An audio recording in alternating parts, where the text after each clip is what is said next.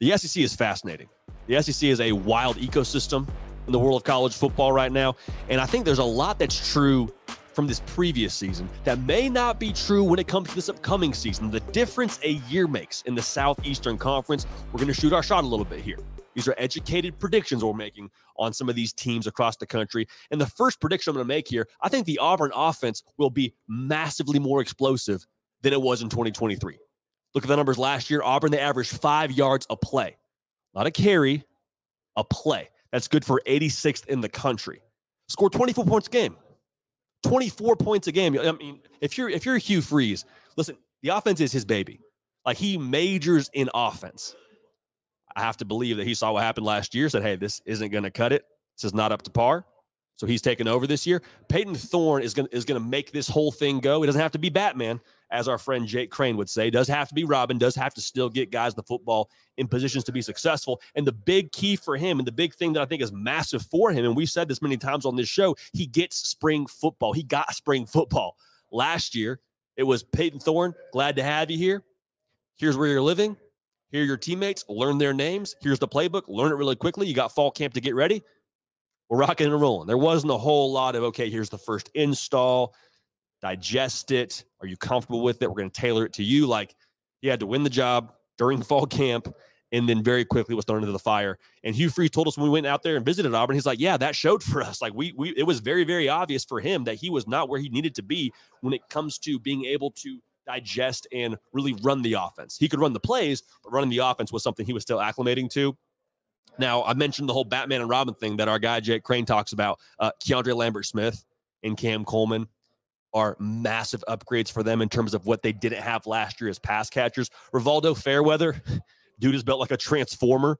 Like, you're very happy to have him on your football team. However, if your tight end is your leading receiver and he's not named Brock Bowers, that's going to be an issue. Cam Coleman, I think we all saw that spring game. Our eyes worked just fine. He's going to be a dude for you. Keandre Lambert-Smith averaged right around 12 to 13 yards a catch at Penn State last year. Translation, he's explosive. So when you get him the football, he's got some speed to make something happen, get north and south, and create a big play for you. So 5 yards a play, I feel very, very confident in saying that will not be what Auburn averages per play in 2024. Another difference I think we're going to see in 2024, and this is one that I'm going to tread lightly on, LSU is going to find themselves again on defense. Last year, if you've watched LSU football over the course of the last 15 years, what have they been? Punishers, bullies, aggressive, hammering out the nail kind of thing like that. That's who LSU has built themselves to be. Last year, LSU allowed 30 points a game. Like, Brian Kelly saw that, said, oh, no, that's not near good enough. And to Brian Kelly's credit now, there was no, well, let's see how they do. Let's give this staff another year. We had one good year our first year. Our second year kind of left some more to be desired. He was like, not good enough. Next. Ariana Grande style. Thank you, next. So they bring in Blake Baker, the DC from Mizzou. And Blake Baker, I've said this before on this show as well, I wholeheartedly believe that he operates defensively, stylistically, the same way this LSU fan base wants to see that defense operate. Like, there is no waiting and kind of reacting to what the opposition does. It is proactive. It is, we are coming after you. I hope you're ready. Hope you're ready. Blake Baker last year had a sack rate at Missouri, his defense did, of 9%. That was good for top 10 in America. Allowed 22 points a game. Now, notice, I did not say I think LSU is the number one defense in the country or their number whatever in the SEC in the top tier. Like, I think they're going to find themselves again. I think they'll be improved. How much is going to determine how far they go in the college football playoff and in SEC play. That's obvious. So that's a little bit of a layup because I'd be wildly surprised if LSU was somehow, some way allowing 30 points a game again this upcoming season. Harold Perkins is also still there, just so we're on the same page. That's not the entire defense. One man can only do so much, but Harold Perkins, I'd be surprised if we don't see him kind of get back to what he was his freshman season as well with how they utilize him. Now, Tennessee's a fun talking point this year because Nico Iamaleava, say that 5 times fast, is going to be the guy for you under center. You know it. We know it. They know it out in Knoxville. And I think the pass game from last year to this year will be much improved. To put it more specifically, I think you're going to see it look a lot closer to what you had in 2022. Now, I think Joe Milton kind of gets a bad rap for what happened last year. Last year, they averaged 244 pass yards a game. Now, Iowa, if you told them you give you 244 pass yards a game, they would take that and they would not ask second questions.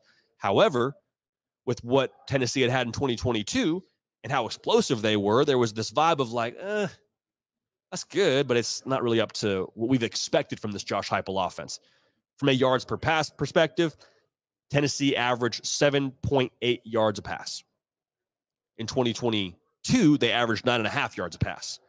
With Nico Iamaleava being able to, in my opinion, be a more consistent thrower of the football downfield, and Tennessee having more weapons across the board that need attention and that can make your defense nervous, I think that's going to make all the difference in the world, and I think that's going to make Tennessee a lot more similar to what we saw in 2022.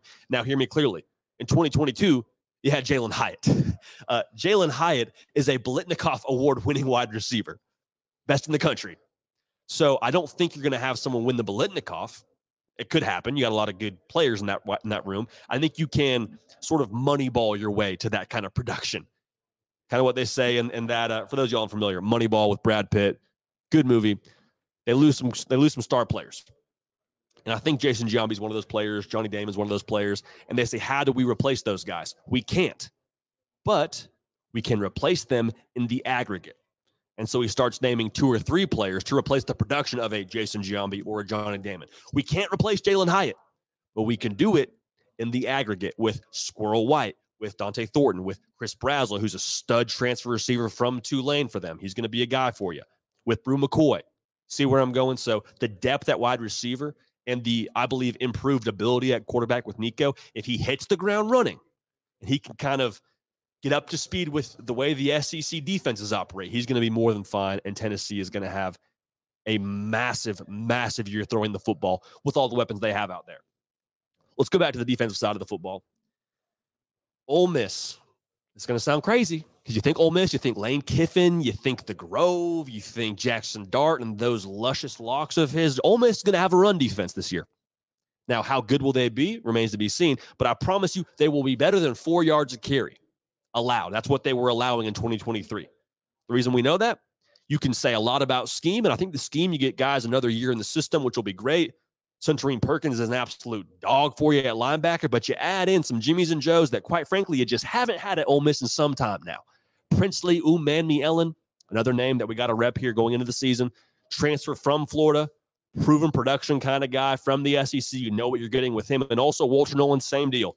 Played in the conference, played at A&M at a really high level. You landed him through the transfer portal.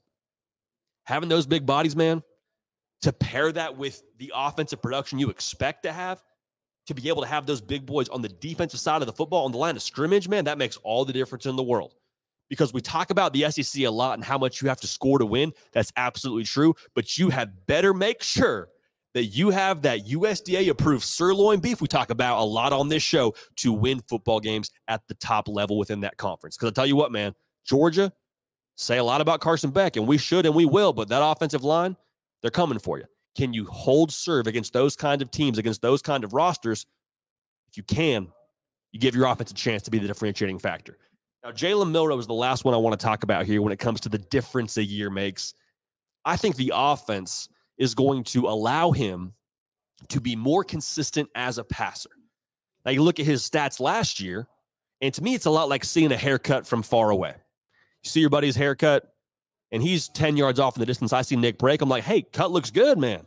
They were good to you at Great Clips. They were good for you at whatever specific place you like to go. Supercuts or Great Clips, Nick? Great Clips. Okay, I was right. Great Clips. When you get that cut, you're like, hey, you look good. Now, this is not something that happens to Nick. It happens more so to someone like myself.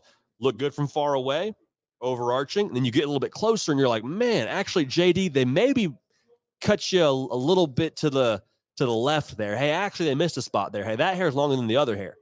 And so that was, I think, Jalen Milroe last year. Not from a haircut standpoint. The hair looked good. But you get close up and you say, okay, the stats from an overarching perspective, they were solid. Over 60% completion percentage, solid touchdown interception ratio. But it's situational. It's when you get close up and look at the specific moments for him, those specific hairs, they're out of place. They're not consistent. That was what happened, I believe, last year for Jalen Milroe. Those were situations that I think ultimately really hurt the Alabama offense. But with that being said, they will have a more clear identity, I believe, from game one throughout the course of the season offensively. They're going to do a lot for him pre-snap to allow him to have more easy access throws and to be able to get the ball to playmakers quickly. They're going to put defenses on their heels with how they shift pre-snap, going to force them to kind of adjust on the fly with how they motion. Like Kalen DeBoer, I'll tell you what, man, he dials it up. There's a handful of guys in college football where if they're running the offense, you just say, yep, they're in good hands. Kalen DeBoer is one of those guys.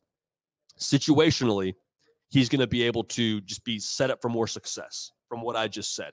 Now, this isn't part of our take, but I just want to make sure we get it out there on the record. With the amount of space they are going to be able to have within this offense, meaning the way they line their wide receivers way out to the sideline and the way they're going to put defenses on their heels, having to adjust during the play or pre-snap right before the snap, that's going to give Jalen Milroe, I believe, a tenth of a second to a half second of a head start on the defense pre-snap. And then also I think it's going to give him a little bit of an extra edge with giving him more space when it comes to running the football. Because when you put that outside linebacker in a bind to where he has to either cover the slot receiver or add in and play the run, if you're in no man's land, you've already lost. Because Jalen Milroe and his athletic gifts, I mean, best of luck to you.